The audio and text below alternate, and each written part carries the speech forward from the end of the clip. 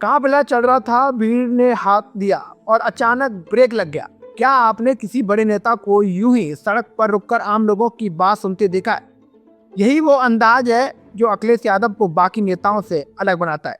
दोस्तों, अखिलेश यादव सिर्फ समाजवादी पार्टी के अध्यक्ष ही नहीं है, बल्कि लोकसभा में सांसदों की संख्या के हिसाब से देश की तीसरी सबसे बड़ी पार्टी के नेता है। उत्तर प्रदेश जैसे विशाल राज्य के मुख्यमंत्री रह चुके हैं और उनके चारों तरफ सुरक्षा का कड़ा घेरा भी रहता है, लेकिन इसके बावजूद उनका व्यवहार किसी बीवीपीआई नेता जैसा नहीं बल्कि एक आम आदमी जैसा नजर आता है।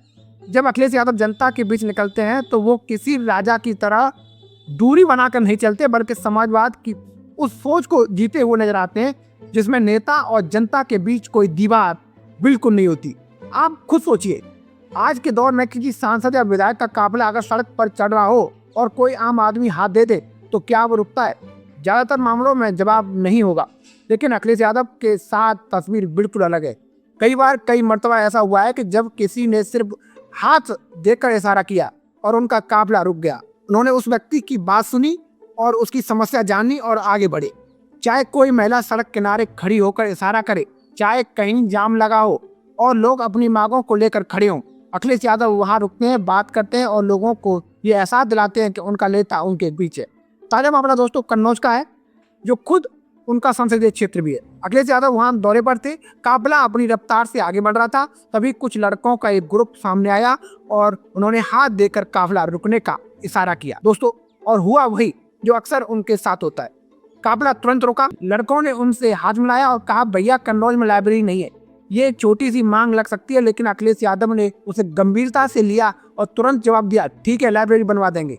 इतना कहकर उन्होंने युवाओं से हाथ मिलाया और आगे बढ़ गए। लेकिन ये छोटा सा संवाद एक बड़ी बात कहता है दोस्तों।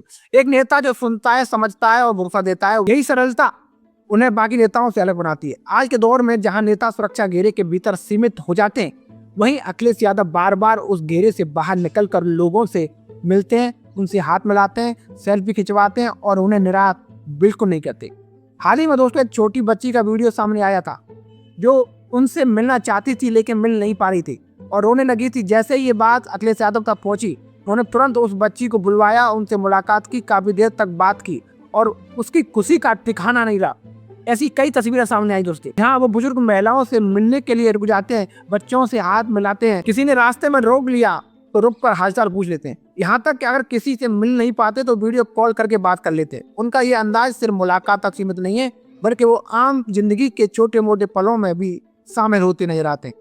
दोस्तों, कभी किसी दुकान पर रुककर चाय पीते हुए, कभी समोसा खाते हुए, कभी मट्ठा और आलू का स्वाद लेते हुए, और कई बार तो ऐसा भी हुआ है कि रास्ते में किसी की शादी दिखी तो काफिला रुकवा कर उन्हें शामिल भी हो गए, दूल्हा दुल्हन को आशीर्वाद दिया और आगे बढ़ गए।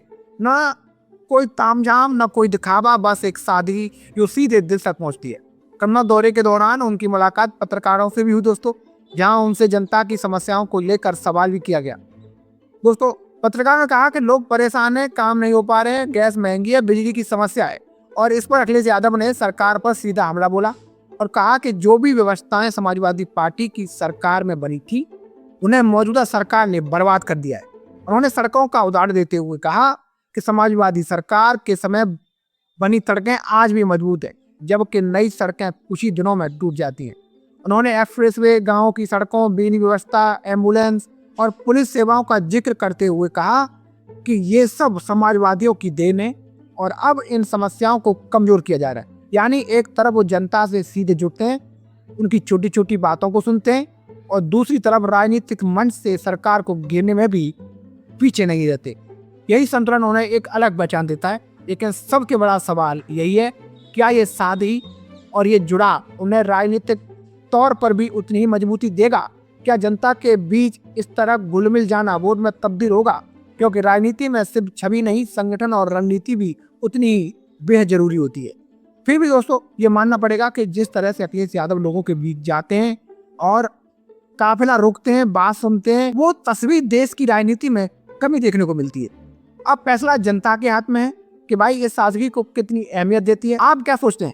क्या ऐसे नेता की राजनीति में जगह और मजबूत होनी चाहिए, या फिर ये सिर्फ एक इमेज बिल्डिंग है? अपनी राय कमेंट बॉक्स में जरूर बताइए। वीडियो पसंद आए तो लाइक, शेयर कीजिए और ऐसे ही विश्लेषण के लिए चैनल को सब्सक्राइब करना बिल्कुल न भूलें। जय हिंद, जय भारत।